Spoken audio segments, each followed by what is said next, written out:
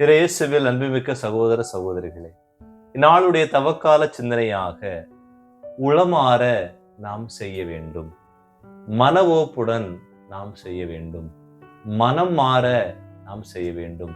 இந்த 3 வார்த்தைகளும் சொல்லுகின்ற செயல்பாடானது எதை சொன்னாலும், எதை செய்தாலும், எந்த காரியங்களை முன்னெடுத்தாலும் அதை நாம் உளமாற செய்ய வேண்டும்.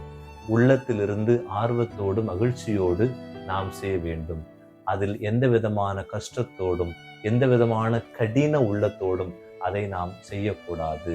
எனவே மன ஓப்புடன் மன ஆர்வத்தோடு நமது உள்ளத்திலிருந்து உடலிலிருந்து ஆர்வத்தோடு எல்லா காரியங்களையும் செய்ய வேண்டும் என்று இறைவன் விரும்புகிறார். எனவே முதலாவதாக நாம் எதை செய்தாலும் மன ஓப்புடன் செய்ய வேண்டும். செய்கின்ற காரியங்கள் எபேசியர் புத்தகம் 6வது அதிகாரம் 6வது இறைவார்த்தையில் மனிதர்களுக்கு உகந்தவர்கள் ஆகுமாறு வேலை செய்வதாக காட்டிக் கொள்பவர்களாயிராமல் கிறிஸ்துவின் பணியாளர்களாய் கடவுளின் திருவுளத்தை உளமாற நிறைவேற்றுங்கள். நாம் உளமாற செய்ய வேண்டும். உள்ளத்திலிருந்து கிறிஸ்துவனுடைய திருவுளத்திற்கு ஏற்ப நாம் வாழ வேண்டும். இரண்டாவது 1 பேதுரு 5:2-3 சொல்கிறது, கடவுளின் மந்தையை நீங்கள் மேய்த்து பேணுங்கள், உங்களுக்கு ஏற்ப மன உவப்புடன் மேற்பார்வை செய்யுங்கள்.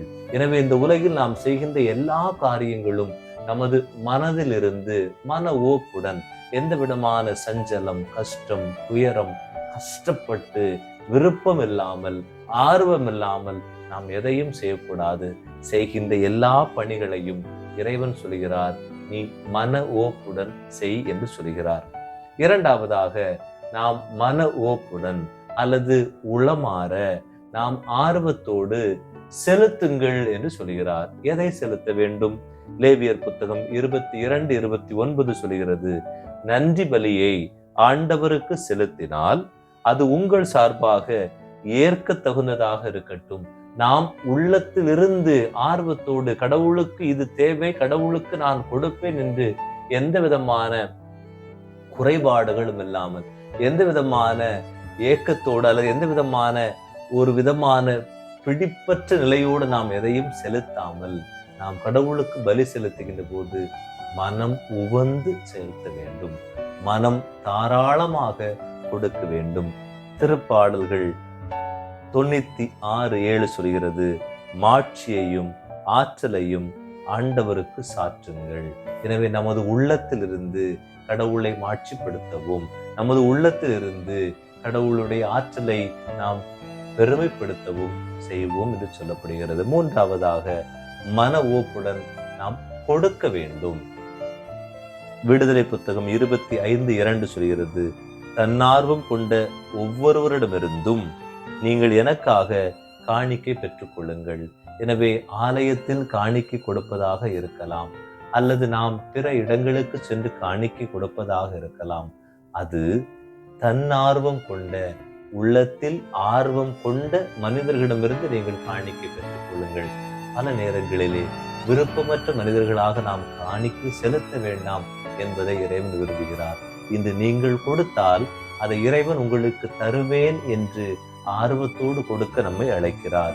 1 குறிப்பீடு 29:9 கூறுகிறது, முழு மனதோடும் ஆர்வத்தோடும் ஆண்டவருக்கு கொடுத்தனர் என்று சொல்லப்படுகிறது. எனவே நான்காவதாக மன ஓப்புடன் நாம் மன்னிக்க வேண்டும் என்று சொல்கிறார். மத்தேயு புத்தகம் 18:35, உங்களுள் ஒவ்வொருவரும் தம் சகோதர சகோதரிகளை மனமாற மன்னிக்காவிட்டால் விண்ணுலகில் இருக்கும் என் தந்தையும் உங்களை மன்னிக்க மாட்டார். நான் உன்னை மன்னிச்சிட்டேன், நீ போ, சாரி அப்படின்னு உதட்டளவில் நாம் சொல்லாமல் உள்ளத்தளவில் மனமாற அந்த மனிதர்களை நாம் மன்னிக்க வேண்டும்.